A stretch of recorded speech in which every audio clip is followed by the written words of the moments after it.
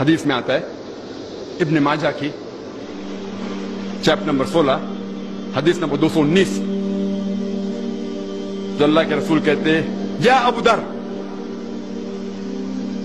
تم اگر ایک آیت کو سمجھو گے وہ 100 رکعت نفل سے بہتر ہے.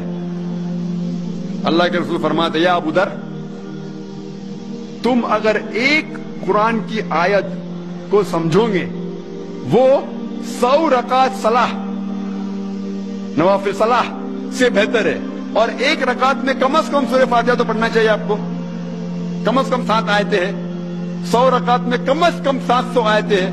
تو اللہ کے رسول فرماتے ایک آیت کو سمجھ کے پڑھنا سمجھنا 700 آیت کی تلاوت کرنے سے بہتر ہے. یعنی سمجھنا 700 گنا صرف تلاوت سے بہتر ہے. اللہ کے رسول فرماتے ابن ماجہ میں اور یہ صحیح حدیث ہے. ہم لوگ سے پوچھتے ہیں قرآن شریف کیوں نازل کیا گیا تو لوگ کہتے ہیں جب اوپننگ سرمنی ہوتی نا اوپننگ سرمنی آفس کی تو قرآن شریف پڑھنے کا. جب گھر کا افتتاح ہوتا ہے تو قرآن شریف پڑھنے کا. جب کوئی مر گیا تو قرآن خوانی کرتے. تو قرآن شریف نازل کیا گیا تھا قرآن خوانی کے لیے. اور لوگ کرتے ختم قرآن 1 2 3 ختم قرآن کے رمضان میں 3 بار 4 بار 10 بار. الحمدللہ آپ کو ثواب ملے گا انشاءاللہ ملے گا. لیکن اگر آپ رمضان میں 2 بار ختم قرآن کرتے ہیں میری یہ رائے رہے گی کہ 1 بار عربی میں پڑھو اور 1 بار ترجمہ پڑھو وہ بہتر ہے. کم از کم سمجھ میں تو آئیں گا آپ کو.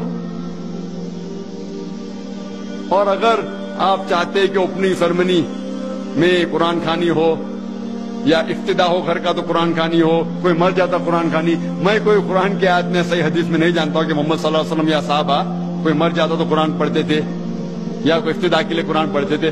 اگر آپ کو قرآن پڑھنے کا ہی ہے تو میں یہ کہتا ہوں کہ آپ قرآن اگر پڑھتے ہیں 100 مائل کی سپیڈ کے اوپر 30 لوگ کو بلاتے اور 1 گھنٹے میں ختم کرتے تو میں کہتا ہوں کہ 2 گھنٹے کے لیے بلاؤ. عربی بھی پڑھو ترجمہ بھی پڑھو. نہیں تو 30 کے بدلے 60 لوگ کو بلاؤ. ایک آدمی اگر 1 پارا پڑھتا ہے تو ایک آدمی کو بولا آدھا پارا پڑھو عربی میں اور آدھا پارا ترجمہ پڑھو. کم از کم وہ قرآن تو پڑھنا کا حدیث میں لکھا نہیں لیکن کم از کم اگر آپ ترجمہ پڑھیں گے تو آپ کو علم تو حاصل ہوگا اور انشاءاللہ کچھ چیز کے اوپر عمل تو کریں گے. تو قرآن کو سمجھ کے پڑھنا بہت ضروری ہے بہت ضروری ہے. اور ایک مثال میں پیش کرتا ہوں کہ اگر آپ فرانس جاتے ہیں ایک ڈگری حاصل کرنے کے لیے BSc کی ڈگری. آپ فرینچ نہیں جانتے. آپ کلاس اٹینڈ کرتے ہیں. کلاس اٹینڈ کرتے ٹیچر استاد آپ کو پی دیتا ہے پریزنٹ. بولتا حاضر ہے تو پی لکھتا ہے present. P four present English میں پریزنٹ. آپ پورا سال پریزنٹ رہتے پی ملتا ہے آپ کو. آپ خوش ہے. جب ایگزامینیشن آتا ہے تو کوشچن پیپر سوال کا جو پیپر ہوتا ہے وہ آپ کو فرینچ میں ملتا ہے. آپ کو فرینچ نہیں آتی. آپ کچھ سمجھ نہیں سکتے لیکن ایگزامینیشن میں بھی آپ کو پریزنٹ ملتا ہے پی. کیا آپ جواب دے سکیں گے پیپر کا؟ آپ کچھ سوال ہی نہیں سمجھے تو جواب کیا دیں گے؟ تو یہ پی جو ہے وہ پریزنٹ کے لیے پاس کے لیے نہیں. آپ ایگزامینیشن میں فیل ہو جائیں گے.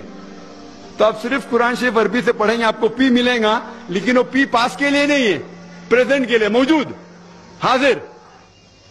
ہمیں غلط فہمی ہے کہ ہم پڑھیں گے تو جنت میں جائیں گے. صرف پڑھنا کافی نہیں ہے. پڑھ کے سمجھو اور قرآن مجید پہ عمل کرو تو انشاءاللہ آپ جنت میں جائیں گے.